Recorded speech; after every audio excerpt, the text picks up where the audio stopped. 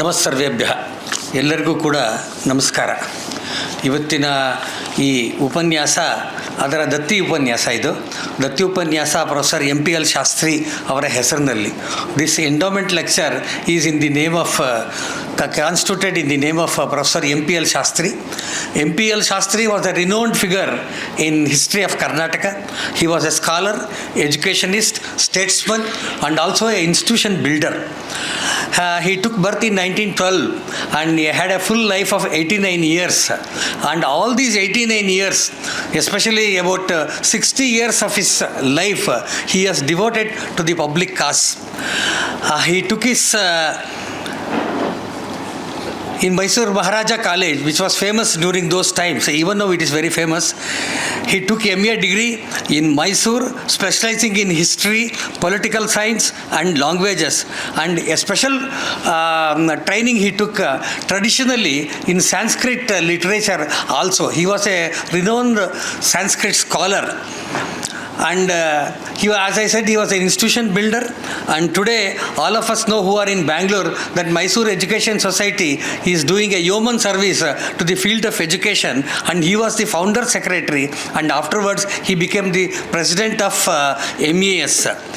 And more than 11 institutions are under these institutions and are very well received in our Karnataka state and also outside. Not only as an educationist, as an institution builder, he was also a statesman. For continuously for more than 5 terms, he was the member of the Karnataka Legislative Council and also on the public committee. And he served as an advisor to universities and also the education department of Karnataka government. And he was founder secretary of Bharatiya Vidya Bhavan in Bangalore. And also he was the president of Mythic Society. He was... And I should especially remember about this as his presidentship in Mythic Society, because during those period when he became president, at that time Mythic Society was in very much difficulties, both financially as well as academically. So his leading role during that time as a president has made so much so that today Mythic Society has become one of the renowned institutions in history, epigraphy and archaeology. Not only that, he was also editor of Tatvaloka, a prominent journal dedicated to Indian philosophy and culture. Recognizing his contribution to the state, Karnataka state government awarded him Rajyotsava award also. In his name, this endowment has been constituted, and I am also very happy, and we are all very happy because people from his family has come. Kaushik, his grandson, has come, and all other relatives also are here. Namaskaram and good morning. Thank you all so much for being here today. A very special thank you to the Mythic Society and to INTAC. It's a privilege to be here. Thank you very much, Mr. President, for inviting me here. It's a joy to come here, see so many old friends, family members, and also to talk to people who are interested in this field. Today, the topic is infinity, literally. It's on Anantasayi in India and in Cambodia. Let us go straight to Nom Rung, a Shiva temple from the Cambodian times, from the Khmer culture in Thailand. After climbing up a steep mountain temple, because this is a temple mountain dedicated to in the name of Kailasa for Shiva, we come to see a dancing Shiva and right below him a reclining Vishnu. This reclining Vishnu is on a snake but also on a makara. There is a familiar Brahma and Lakshmi at his feet, and we'll come to those details later. Right now, I just want to focus on the combination of the dancing Shiva and the reclining Vishnu. We all know that Nataraja is involved in the creation, preservation, and the dissolution of the universe, and showing his feet as a refuge. A similar set of attributes are given to Anantasayi, a reclining Vishnu.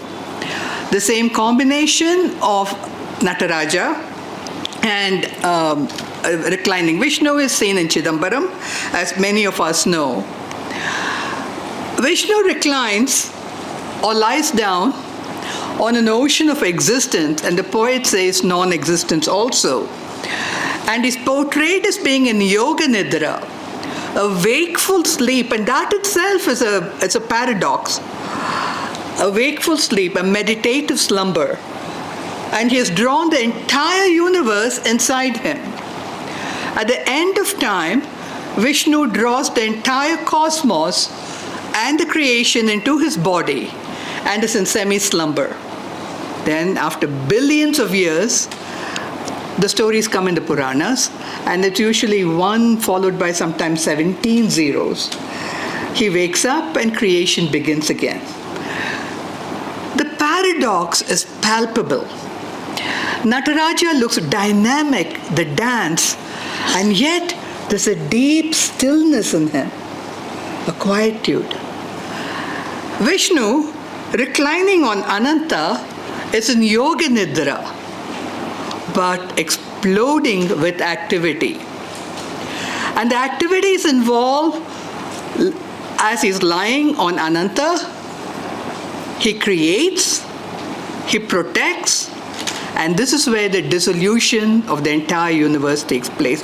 So everything that happens is at this moment, at this point.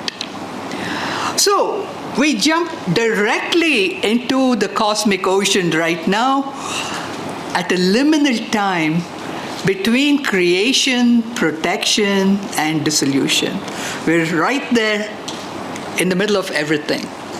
So let's take a breath and step back. Vishnu. The name Vishnu itself means all-pervasive, immanent, spatial. And Ananta, of course, is Ananta, which is without end, infinity, frequently referring to the infinity of time. So the picture of Vishnu, all-pervasive on Ananta, simultaneously gives you a telegraphic message of mastery over space and time. And this serpent of infinity is the frame on which creation and dissolution takes place. The main question today is, of course, how are these concepts envisaged and depicted in material culture, in literature and in material culture, and how do they come up? And so, before I even begin, I'd first like to say a big thank you to the Mythic Society, thank you, and to INTAC for inviting me here today. Particularly Dr. Jayasimha, Sri Nagaraj, Dr. Meera Iyer, Aravind, and also a scholar, Saurabh Saxena, who couldn't be here today. Caveats before giving the talk. One, I'll be using the words Vishnu and Narayana interchangeably just for today, and Anantashayana and Sheshashayana interchangeably. I'll also like to say that the dating of the texts is very difficult, temples and art, and these are lines drawn in water. So I also work in the field of religion, which is very interdisciplinary. So I don't just draw from one area, one discipline. I draw from texts, from sculptures, rituals, performing arts, and so on. But today, my focus is only on literature and primarily on sculpture. And the most important caveat of them all from Avayar, Kattradu kaimanalavu, kalladadu ulagalavu. What I've learned is a mere fistful of sand. What I haven't learned is the size of the world. So let's have, we can't move without a GPS these days. So if we go into a GPS, the three main parts of the talk today. First, literature. Second, sculpture in India. Third, sculpture in Cambodia. And within that, there will be smaller components, and I'll talk about it as we go. So literature first. And in literature, I'll briefly talk about the early Sanskrit texts, particularly the Taittiriya Aranyaka, the Mahabharata, and then touch upon the Sangam texts. And I'll only mention some of the Puranas, and I won't have time to get into the Arvad poetry, which is quite detailed on this. And I'll talk about just 2 or 3 main points from the Vaikanasa Agamas. And so each section, please bear with me while I convey my thanks to many people who have helped me in this journey. And there have been many without whom I could not have done any of this. So I'd like to thank in each section those experts who've been very, very kind with their time. The relationship between text and the sculpture is not always clear. Sometimes the texts come after the sculptures, and that's very important to keep in mind. We shouldn't look at a sculpture and say, it's exactly like how the sculpture says it is, because the texts were written much later. And that's something that is counterintuitive. So we'll be looking at the changes. It's not like everything was fixed right from the beginning. There has been an evolution, and we should be conscious about that. The earliest text in Sanskrit and Tamil, Vishnu-Narayana, is said to be just on waters. No snake, no ocean of milk, no Lakshmi. It's particularly Vishnu on waters. And in the Taittiriya Aranyaka, he says, Antar Bahishcha Tatsarvam Vyapya Narayana Stitaha Anantam Avyayam Kavim Samudrentam, and so on it goes. The key words here are Anantam and Samudre. So the word Ananta is later taken to mean Ananta, the serpent, but here it just means infinity. And the translation is, take the lower one here, whatever is seen or heard in the world, Narayana resides, pervading these objects within and without. The infinite, that's Ananta, the immutable, the omniscient, and the one whose abode is the ocean, is the inner controller of Shambhu. Now, the word Samudra, Shambhu here, Samudra is translated as ocean, but in the Vedic times, it meant more like a confluence when the words were written. There's no Brahma or Lakshmi here, though the word Ananta is present. So let's move fast to the Mahabharata. And here, we do have a mention of Ananta. But again, Vishnu is reclining only on the ocean of water. It takes a long time for Parkadal, the ocean of milk, Kshirabdi, to come. It takes several more centuries. But right now, just waters. And in the Mahabharata, we have several mentions, several detailed ideas of Vishnu on Ananta. And what is interesting is that despite the critical edition having 83,000 verses, we don't have a mention of him, of a triad, Vishnu reclining on a snake on the ocean of milk. We don't have that. You'd think it's kind of counterintuitive, and that's where many Mahabharata experts have helped me. And in the Mahabharata, when Markandeya comes, he sees this ocean. There's a single ocean, and everything has perished. All the creatures have come to an end. The blessed Vishnu, the eternal person, sleeps alone in the vast coil of Sesha. And when the god was sleeping, and now the action comes. You know, in any movie, you always need a villain, right? So here, the villain comes. From first, the hero, the lotus comes out and Brahma is sitting on it. And when Brahma starts to create and is so happy that he is so proud that he's creating the world, now come the villains, Madhu and Kaitaba. And they look at Brahma and immediately they start assaulting him. And Brahma, afraid of them, shakes the lotus stalk and Keshava woke up. And he comes down, according to another section of the Mahabharata, not here, as Hayagriva. And when he comes as Hayagriva, we see what happens. He slays Madhu and Kaitaba, but in a particular way. Madhu and Kaitaba say, kill us in a place where nothing else is there. And for some reason, Vishnu kills him on his two thighs, because that is a vast empty space, he says. This story of Vishnu killing them on the thighs is in the Mahabharata Vanaparva. But it's not seen in any sculpture in India. But it is seen in sculpture in Cambodia, which is very interesting. So there are many stories which are seen in material culture, in sculptural form, in Cambodia, but not in India, and this is one of them. Okay, in the Mahabharata, what do we see? Vishnu is now on Ananta, and the Narayana Sukta is just on water.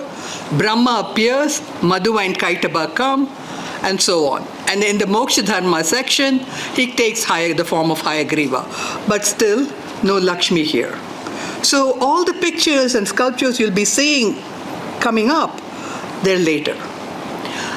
This is a sculpture of Sindur Sea, and it's quite an adventure to get there. And what you do see, though, is, Brahma and Madhu and Kaitaba. It's on the road to from Jabalpur to Bandhavgarh. And if anyone wants to go there, it's better to take the coordinates and get there. It's behind, it's very difficult to get to that place. Take it from a person we were lost there for a while. In the Harivamsha, which is an appendix to the Mahabharata, there's an oblique reference to the ocean of milk, but no snake. He who lies on the northern edge of an ocean doing his great yoga in darkness, that's the closest we come to the Kshetrabdi. Go south, go to the early Tamil poetry, Sangam poetry. We have a mention for the first time of a material image, a sculpture of Vishnu. And here we have, just before talking about Kanchipuram, the capital of the king Ilandariyan, a bard talks about a god who sleeps on a snake bed. He says, you'll reach the shrine of one who lies on a snake bed, like an elephant lying on a beautiful mountain slope. We have no idea what this Vishnu looked like. After the 12th century, it has been, this place has been identified as Shonnavannam Shaida Perumal, that is Tiruveka, outside of Kanchipuram. One of the Divya Deshas sung about by the Alvars. This reference is one of the early Sangam poems called Perumpa Natru Padai. Fast forward to about the 4th century, Shilapadigaram, Kannagi and Kovalan meet a man, a traveler, who says, I came here to see the splendor of Vishnu, praised and adored as he lies with Lakshmi. Actually, Lakshmi is not there in Sri Rangam, but he's talking about Sri Rangam here, reposing on his chest. So that is, she's always there. On the firm couch of the serpent with its 1,000 hoods. This is an island in the mighty river of Kaveri. So a clear reference to Sri Rangam is here in the Shilapadigaram. Back to the Sanskrit text, the Puranas, in the Bhagavata Purana, there's a beautiful scene of the emergence of Brahma and Brahma's vision of Vishnu Narayana. Okay, so far we've come up to the beginning of the Common Era. and we see Vishnu coming from waters to waters, Brahma, Madhukaitaba, and now in the Puranas, you have everyone. The whole caste is now present, including Lakshmi and the Sea of Milk. The Vaikanasa texts are part of Agamas. The Agamas are parallel and sometimes connected with the Vedas. They're divided into two kinds, Shaiva and Vaishnava. And the Vaishnava kinds, Agamas, are divided into Pancharatra and Vaikanasa. And the Vaikanasa Agamas have very clear ideas of what sculpture should look like and give great detailed accounts of it. And they divide reclining Vishnus into four categories: Yoga, Bhoga, Veera, and Abhichara. Only problem with it is, even though they give exact definitions of what each one should look like, we don't find clear images of them. And everyone disagrees about what the classification is. So we can't look at a sculpture and say, this is definitely yoga, this is definitely bhoga. It's a little bit more fluid than that. For instance, this is Yoga Shayana in Ellora and Mahabalipuram, but Soundarajan thinks it's something else, a different category. If you go into Thirumayam near Pudukkottai, some people say it's Yoga Shayanam, and others say it is Bhoga Shayanam. So we have in Malayadipatti, this is Undavalli caves near Vishakhapatnam. One of the largest Vishnus carved out, huge. And here, some people have said he's Yoga Shayana, and other people have said other things. A brief mention of a deep philosophy, which we won't have time to get into today. The reclining Vishnu reflects and exudes a philosophy in text called Pancharatra, in which all of creation, protection, and dissolution come out in what is called a Vyuha theory, and that's in reclining. He is reclining on the ocean of milk. From him, from this Vishnu, come three emanations: Sankarshana, Pradyumna, and Aniruddha. They come from him, and they are in charge of the creation, protection, and dissolution. Takeaway points from this section, the first section on literature: we don't see Lakshmi, Vishnu is reclining on waters. We do have many references to the ocean of milk, but it's always in connection with Samudra Mantana, the churning of the ocean of milk, and so on. So we have earliest references in the Narayana Sukta on waters, second by Mahabharata and Ananta and Brahma, Madhu and Kaitaba are there, and by the Puranas and the Arvar literature, the triad of reclining Vishnu, ocean of milk, Naga, all three are there. The three are assembled. That's in the beginning of the Common Era. What's interesting is, by the time it's coming up here, it's already in Cambodia. That idea of Vishnu reclining on the ocean of milk. So, when do they come? It's in the Puranas, and definitely in the time of the poet saints. We are now moving into the sculptural part, the second part of the talk. The earliest that I said, we see a mention of a material form, an image of Vishnu, a Vigraha. We don't know what it looked like. Is this Yatoktakari or Sonnavannam Shaida Perumal, Tiruveka near Kanchipuram. About the 1st to 2nd century CE. That's the earliest reference. Why do we not know what that original image looked like? Many of the images are made with stone, but many others are made with stucco. And stucco is very easily, it goes in a few centuries. And so it takes a lot of replacement care. And so it's quite obvious that many deities that we see today may not have been in that form earlier on. The earliest material image is Perumpanatru Padai in Sangam literature. And then we have a whole plethora of images. The geography of this reclining Vishnu is interesting. Where do we find him? Usually Shiva we find on top of a hill or a temple mountain and so on, or at least something which evokes a hill for Kailasa. And that's true with Vishnu too, because he is seen in a water body. But that's not the only place where we see Vishnu, as you'll see. Near water, you see Nepal, step wells, river banks, particularly from Mysore to, from all the way from Karnataka to Tamil Nadu, we see him on the banks of the Kaveri River. And they are some of the most splendid images you'll see. Some of the most spectacular ones are on the banks of Brahmani River in Odisha. Here, we find one of the longest 15.4 meters, about 7th, 8th century. And it's so interesting to go there, and you go there and you see a big sign saying, this is under the protection of the Archaeological Survey of India. And I was thinking, dude, according to Hindu theology, the whole world is under the protection of Vishnu. And it's just a kind of a, but here, look at the size, look at the cycle. And in the second one, you'll see an ambassador car. I got them with those just to give you a sense of scale. When the Brahmani River is in flood, it looks like he's floating on the waters. And that's a beautiful experience. You see him in step wells. So this is in Rani Ki Vav. If you look through on the right, you see using a zoom lens, you find that reclining Vishnu.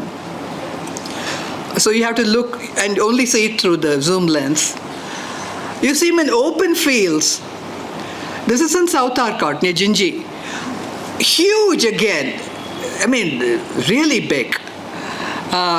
Again, a place that my husband and I searched for a long time, couldn't find him, and found him I saw him much later. And this was in the 8th century. You can see him. And you'll see him reclining on his left arm. And I'll come back to that in a minute. Because so far you've been seeing him on his right arm, now you'll see him on his left arm, right? Okay, so we'll come back to that. Bandhavgarh Tiger Sanctuary. In the middle of the Tiger Sanctuary, if you enter only through the north entrance, you will see him. By the way, Intac restored this one, this image. Very, very beautiful one.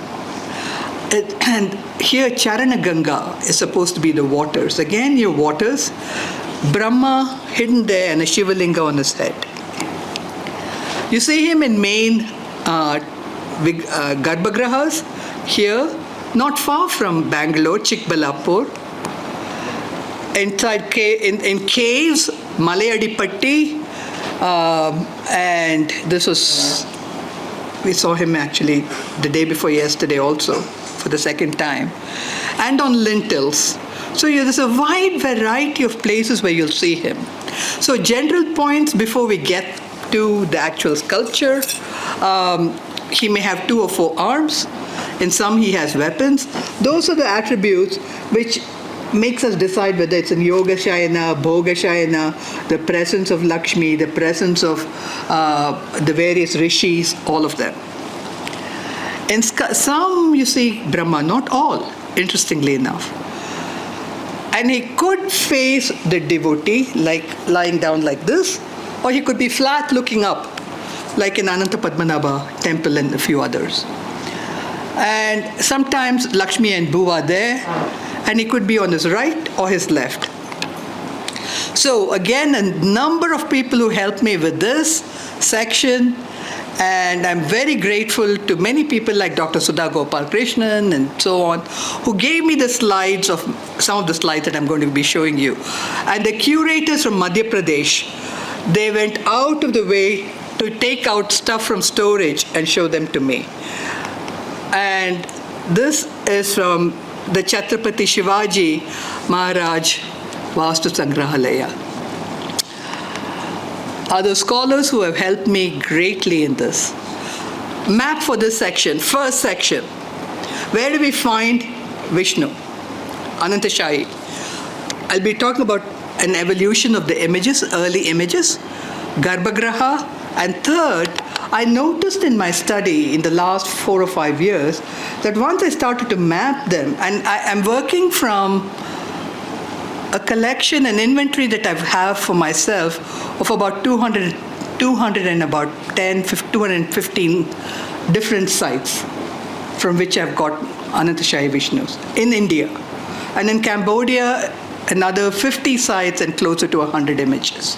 So I'm drawing my data from that. And when I started to look at the map, I noticed that between the 9th and the 12th centuries, there's a band in central India in which there's a fluorescence of Anantasayi Vishnus. So, and then we'll go into pairings. What is this Anantasayi Vishnu connected with? What images? What other images? Frequently, the churning of the ocean of milk, and sometimes in early Pallava times with Durga. What do the background sculptures have? Dashavatara, Nagas, Dikpalas, Navagrahas, and so on. So let's go into the early images, the evolution. Let's go right to the middle of India, Madhya Pradesh. But also look at the map. Uttar Pradesh and Rajasthan make inroads into Madhya Pradesh. If you take it as a band, you'll see it's a contiguous area. The states are modern invention. And so when I say Madhya Pradesh here, I mean a band in the middle.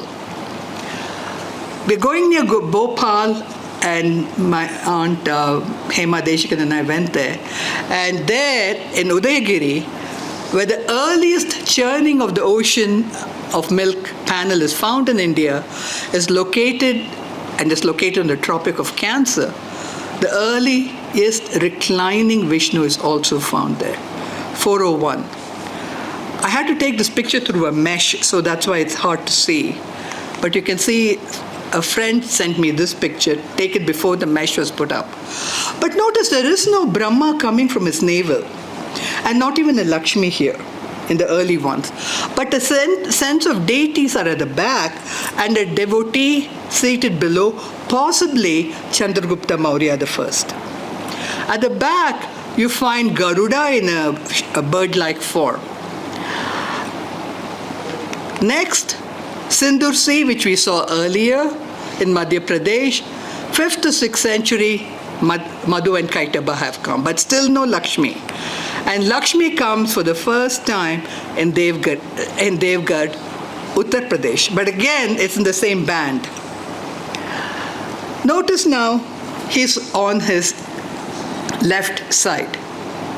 So the last one I showed you here, and here, he's on his left side. And what does that mean? And here in Cambodia also. And after looking at dozens of such images, I realized it was to do with the direction in which the head is supposed to be. And strangely enough, it follows old folklore that we all hear of. Don't sleep with your head to the north. And that, interestingly enough, is in many places where you see him in situ, the head is never in the north.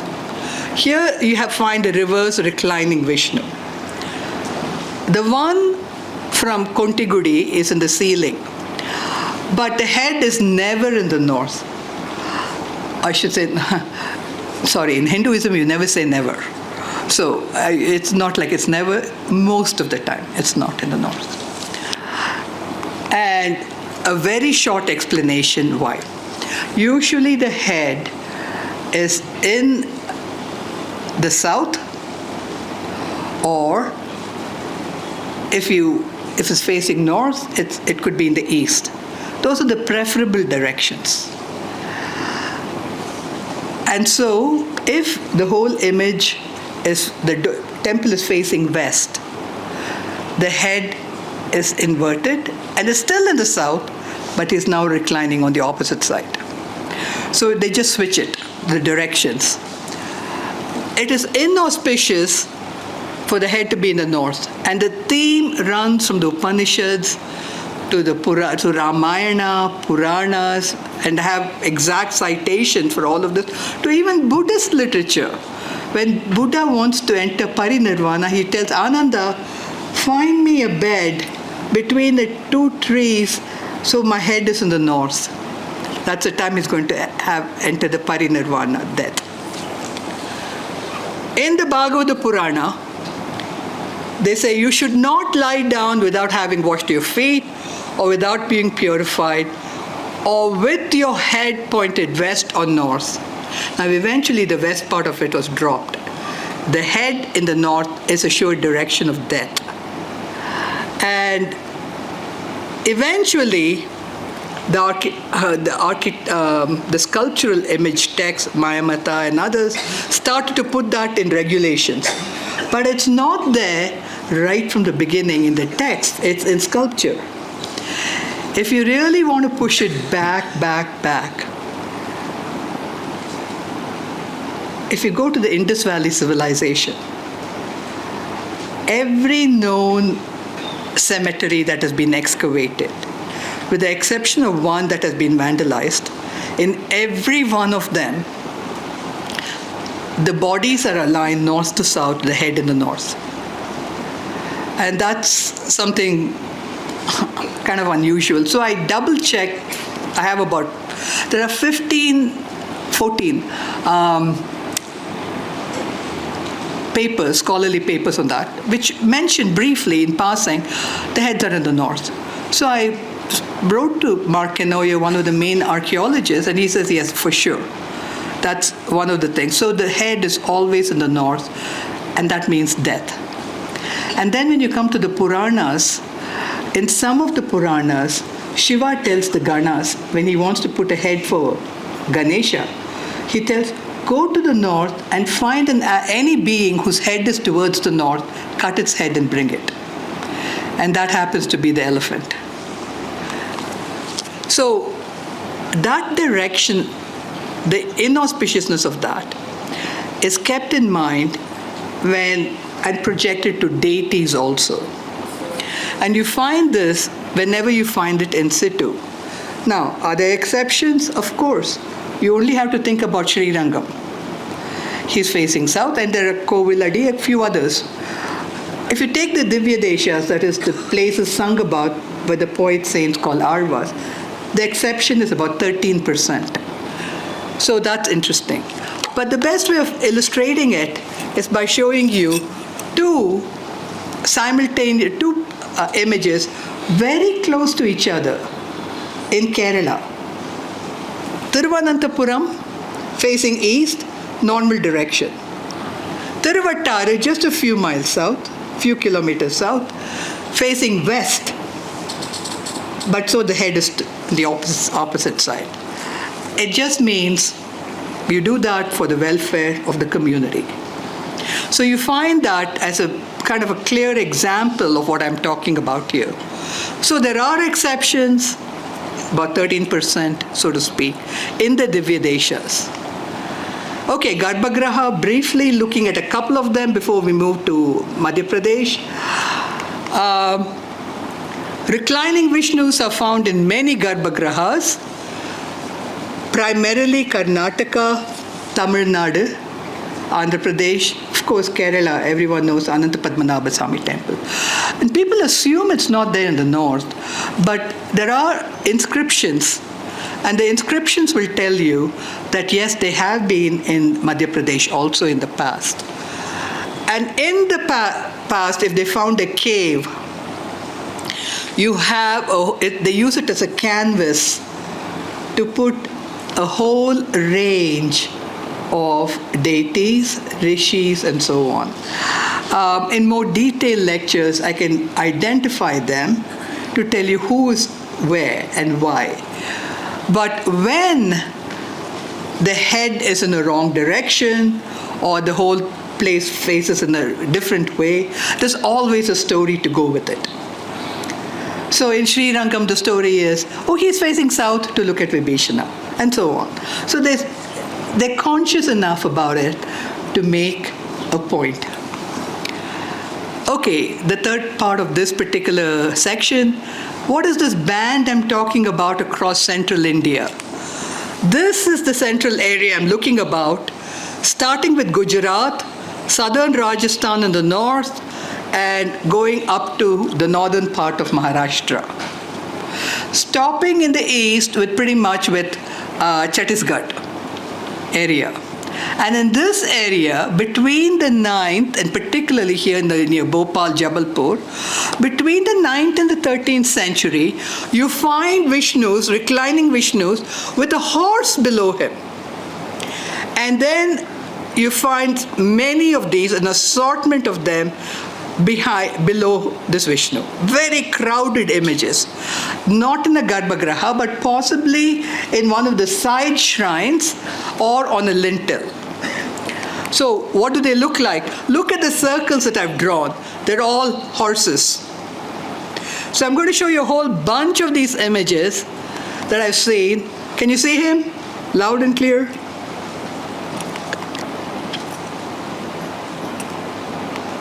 And here, this one I saw last month.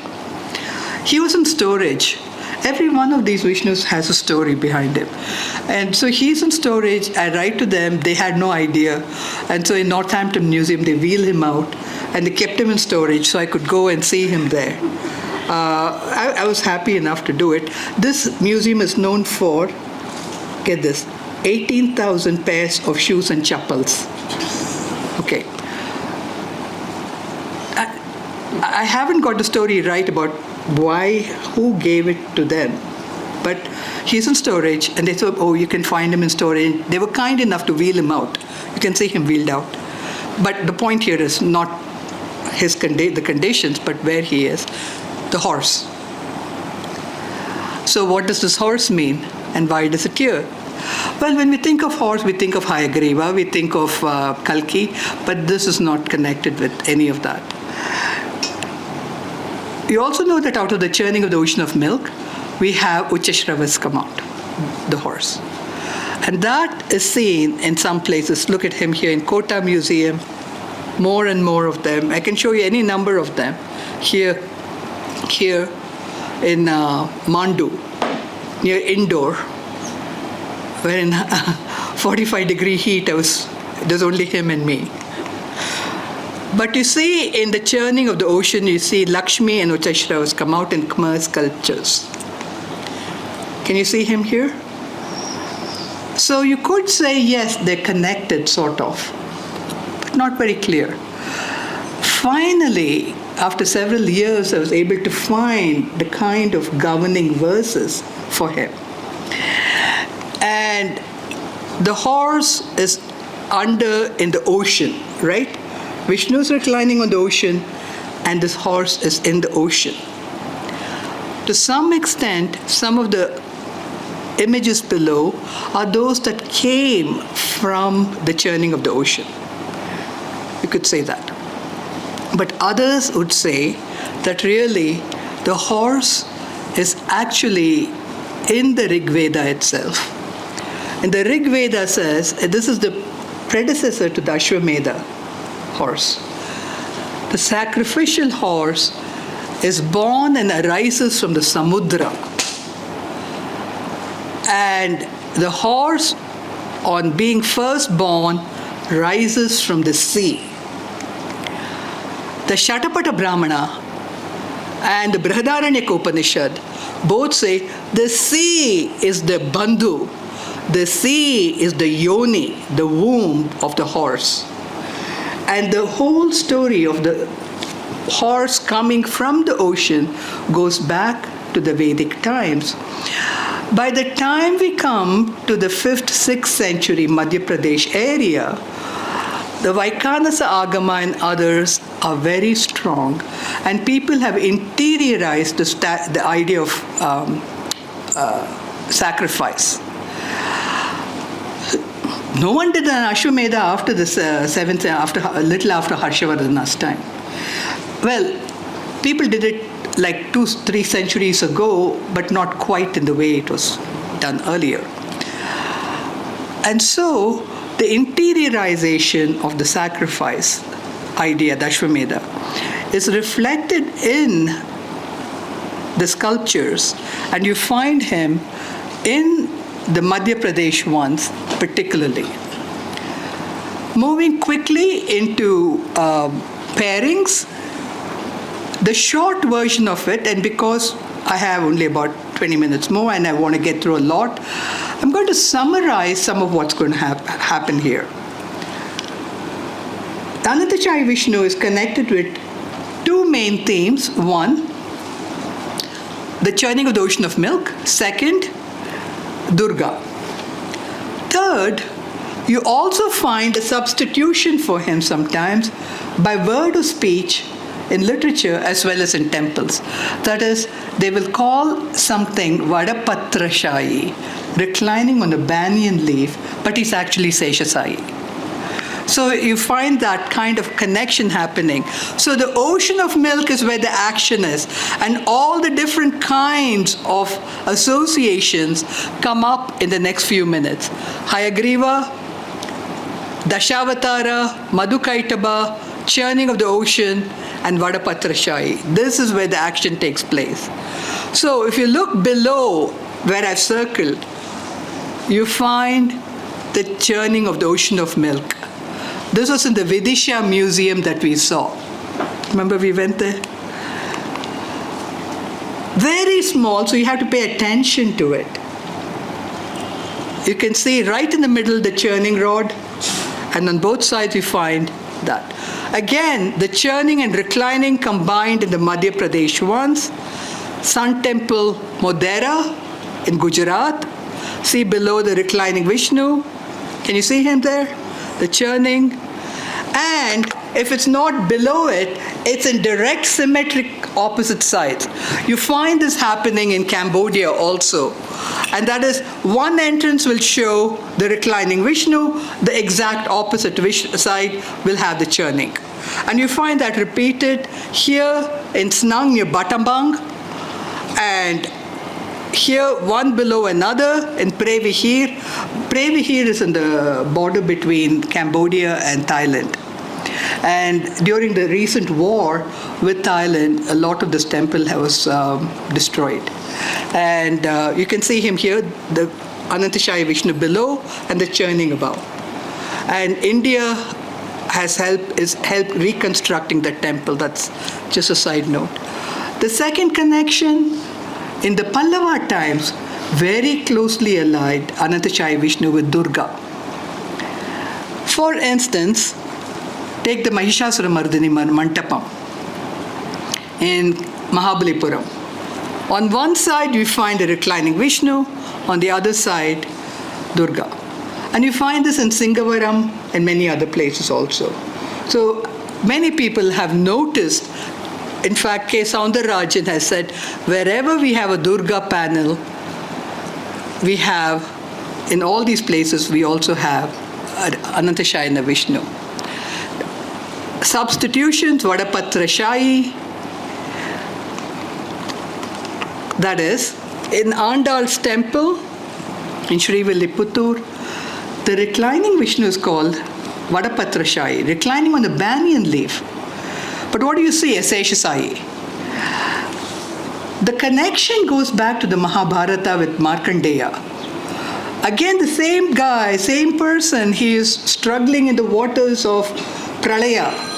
And at that point, when he's there, he is struggling. And when he's struggling, he finds a beautiful banyan leaf, and in the banyan leaf is a child, a baby child. And that is Vishnu. And this connection between the two, from the Mahabharata to temple literature and architecture, you find it together. And it seems to do with eternal continuation, like a Vadapatrashayi, the banyan tree growing eternally. And the cycle of creation and destruction going on and on. I'll pass over this quickly. It's the passage that I was talking to you about Vanaparva in Mahabharata, where Markandeya says, I am desolate in this ocean. And what do I see? He sees a child with a face like a full moon and eyes like a blooming lotus. And he says, who is this child? Okay, so Markandeya sees this child. But you know what? 4 chapters later, the same Markandeya sees Vishnu on the snake, reclining on the snake. So they seem to go back and forth between the two images. These are the paintings of Markandeya seeing the child, and the child says, I'm Vishnu, I know who you are, I know you're tired of life, come rest with me. A metaphor for taking refuge with God. And in Srivilliputtur, Vadapatrashayi is Vishnu reclining on Ananta. Background images include Dashavatara, Nagas, Dikpalas, and so on. And the best one, which I haven't seen in person yet, in Syndicate Raja in Maharashtra, near Aurangabad, is this image which has all of them. The churning, the Dashavatara, everyone. The whole cosmos pretty much is in this image. And the Dashavatara start coming in Badami, and then you find more and more of them coming. In Srirangam temple, you find Periyarvar singing in literature. This is the temple of him who became the divine fish, tortoise, boar, and so on. So it is in Srirangam that Periyarvar says that Devudaya Meenamai, Amayai, Enamai, Ariyai, Kuralai, the 10 avatars are in this reclining Vishnu, in the temple of this reclining Vishnu. And here, when we go to the belt, the Madhya Pradesh belt, you find the Dashavataras coming up regularly. But look, in Madhya Pradesh, can you see the arrow? The Dashavataras are in zoomorphic form. Matsya is not half man, half fish. It's entirely fish. Then you find the turtle, and so on, and the boar. So it's seen completely in a zoomorphic form. And these are all the different images you find. And sometimes from right to left, as in this one, the Dashavatara. And this is inside Chappan Mahal Museum in Mandu, near Indore, again. And here, Dashavatara on top, again starting with a fish. Kota Museum, Madhya Pradesh, again. You also see Nagas. And by the way, I showed you only 4 or 5 with Dashavataras and more. Nagas. Here, right where the arrow is, you find a hidden Naga. And below, you find many Nagas. And they pretty much reflect the writings and the chapter and verse from how the Nagas live in Patala, in the Bhagavata Purana. The Nagas are musicians, they do this, they do that, and their lifestyle is out here. And so, what's going on here in sculpture? Vishnu creates the world, protects, and destroys. All of this is reflected in Cambodia, which is the last 10 minutes of the talk. From west of Angkor Wat, you take this little boat, rickety, now you can't go there. I used to, I'd go to the middle, the little island that you see inside the Western Barai. This is a human-made lake, a reservoir, which was made in the 11th century. The Western Barai was constructed, and in the middle of it is an island in which we find a big bronze reclining Vishnu. That's the map. Angkor Wat you see below, and Western Mayborn. And here in 1936, the French following up on a dream of a farmer. There are always these dreams, and God tells you that I was inside a well, please come and rescue me. And so they find him, and inside was a huge bronze Vishnu. They also found many fragments, and these fragments were put together last year by a French team, very small. Until when I first saw him in 2005, only this bronze, and then all these tiny little fragments were put together, assembled, and this was in the Musée Guimet in Paris last May. Since then, this is so extraordinary that he traveled to Minneapolis, where the Cambodian community don't care whether it's broken or whether it's Vishnu from India, God, no, they worship him. And you see the flowers that the Cambodian community has kept in front of him. So he came from Cambodia to Guimet, where he was assembled, traveled to Minneapolis, and this last week in the Smithsonian in Washington, D.C. And from here, one more stop he has in San Francisco before he returns home. So it's very hard to get a number of figures of how many Vishnus do we have. And so I'll pass over these. I'm looking at a large area in pink, which was the Khmer Empire.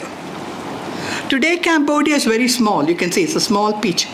But earlier on in the 12th century, you see all parts of Thailand, parts of Vietnam, parts of Laos, parts of Myanmar were all together. And here, the first inscription from the early 6th century in Cambodia in Sanskrit speaks about a queen called Kulaprabhavati. And this queen in the early 6th century endows money. This is the first inscription you find, period.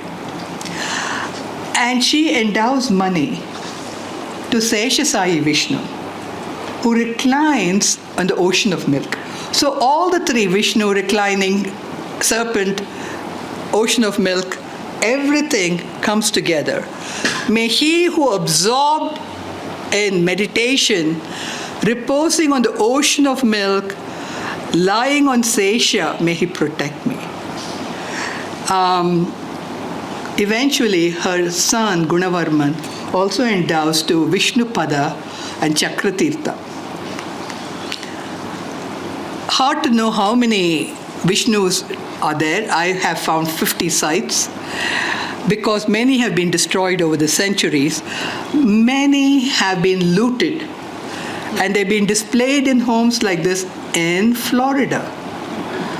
Yep. And many of them are being returned. So I was fortunate enough to see some of them in storage in the Phnom Penh Museum when the director showed me these in the crates. And this is a very unusual one in the crate. And I had to peer over, that's why you can't get this picture right. And I inverted the picture. One of the few ones I've seen of CHiTra with Saptamatrika behind.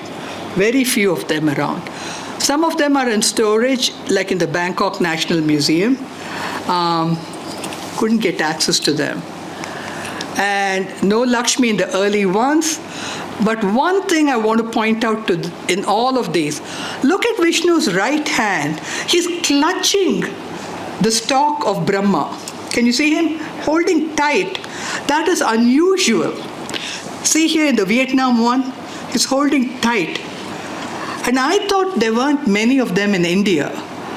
And after I gave a set of 4 talks, and the talk today is kind of shut down from 4 hours of talks, one of the scholars, Ashwin Malhotra, wrote to me saying, hey, look at this picture. He's still holding to the Brahma stalk here. So we find him. Sometimes you find Vishnu in 2 parallel positions, symmetrical positions, like the one in Perungulam from a much later period. And this is the evolution of these Vishnus. Instead of a horse, below you find a crocodile. He was now in storage last year. A different feature about reclining Vishnus here, they are inside water. They carved under the water, so when you're walking on the riverbed, you have to be careful that you're not stepping on him. And two sites that I'll focus on for a minute each. These are the reclining Vishnus under your feet. It's very difficult to walk and take pictures right there. But once you come to Cabal, Spain, you find them in full measure. In the Cabal, Spain near Angkor Wat, you find inscriptions dating back to the 11th century, which speak about a king coming there, endowing money, and saying that the waters of Cabal, Spain river is like the Ganga. And he's residing on the Ganga. Beautiful Sanskrit verses.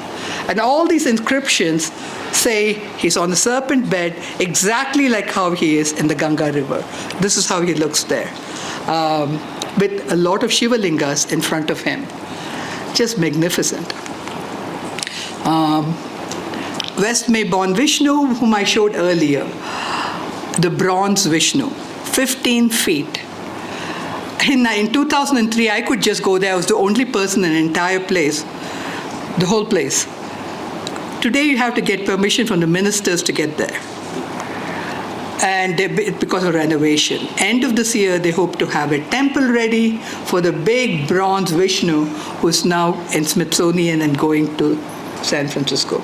Eventually, right in time, when the temple opens, he will get back to West Mayborn. So this was the reconstruction going on there, and this Vishnu will go back there. This is the museum's version of what the original Anantasayi would have looked like. Bronze. Think about the metallurgical expertise of these people in the 11th century for creating a 15-foot bronze. There are many Vishnus, of course. We saw Yoga Bhoga. He's supposed to be the Bhoga Shayana here. And the hand, look at the hand mudra. It's broken, so it's impossible to find out what it would have been like. I find it a combination of two, a Kadaka mudra, and it could have been a Simhakarna mudra. But when I was in Malayadipatti 2 days back, there was a similar mudra where they show him, this is the mudra, and they call it Ahvana mudra.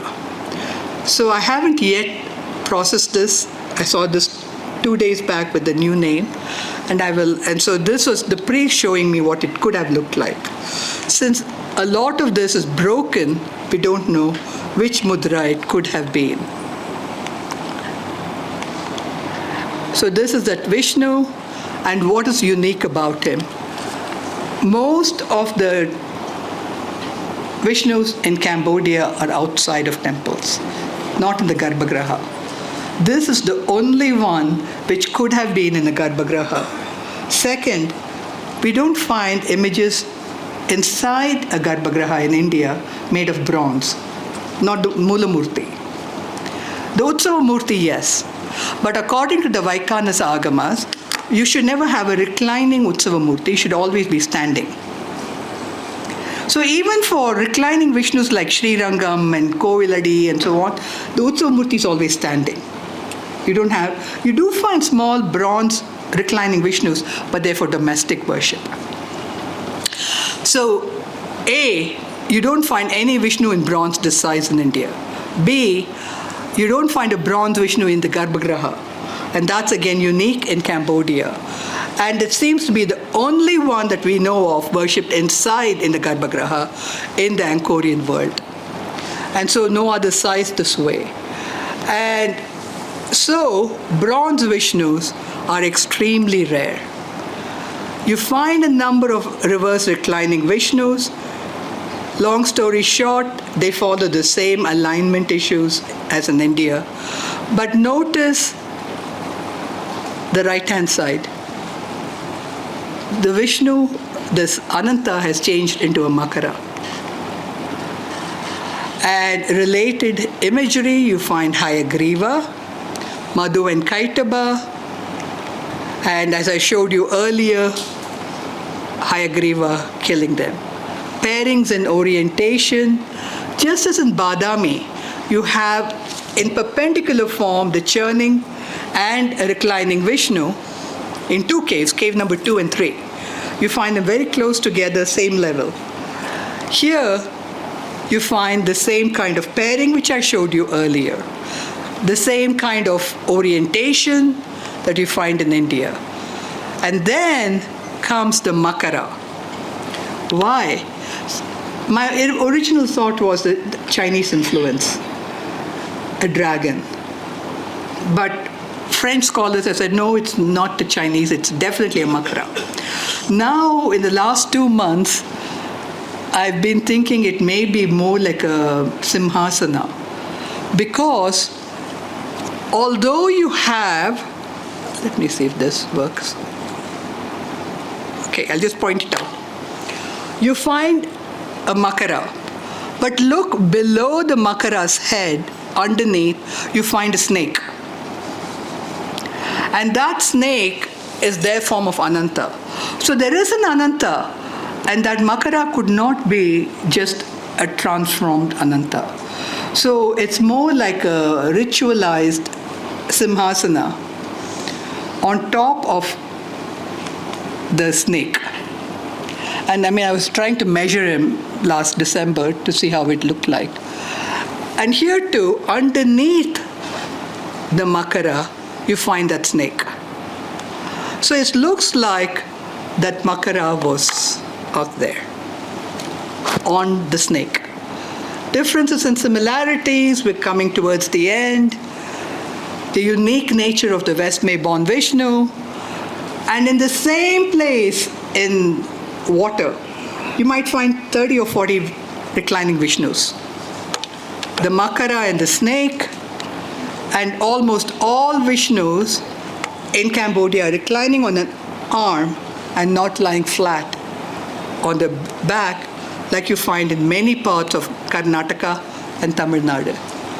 The continuities, the directionality, presence of Brahma, Vishnu, and so on.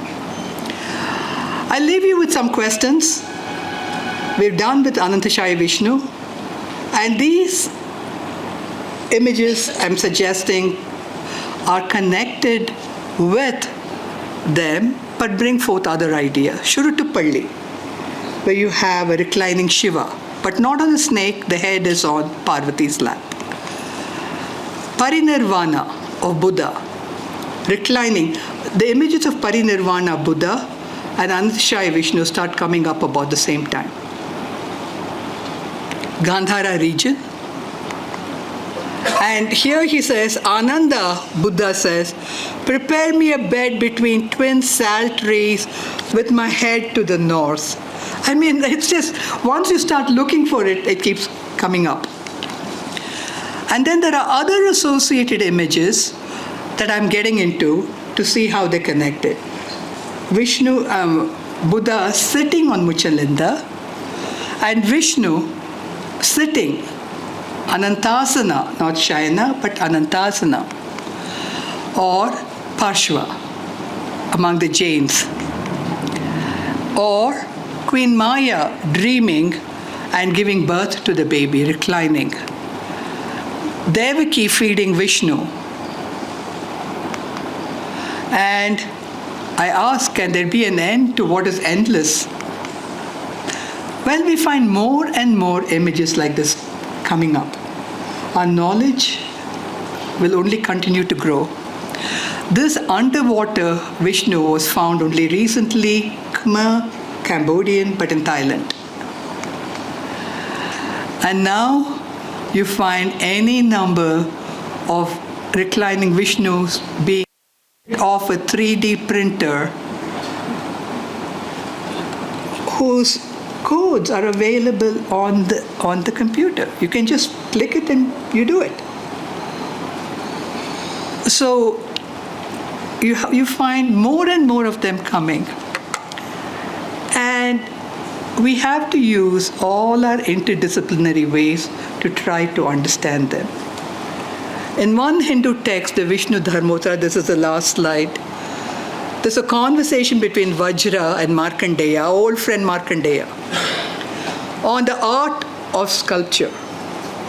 And he says, how can I draw an image, a vigraha? How can I get one that I can worship? For that, he says, you can't carve images unless you know the art of painting. So how do I know the art of painting? He says, you can't learn painting unless you know dance. So how can you learn dance? You can't learn dance without knowing music. So how can you know music? Well, you have to know the classical and the vernacular. And the vernacular is endless, so it'll keep you occupied for a while. And so too, as long as they find more and more Vishnus, and as long as my mind is so finite, there's enough for me to understand and keep going. Thank you for your patience.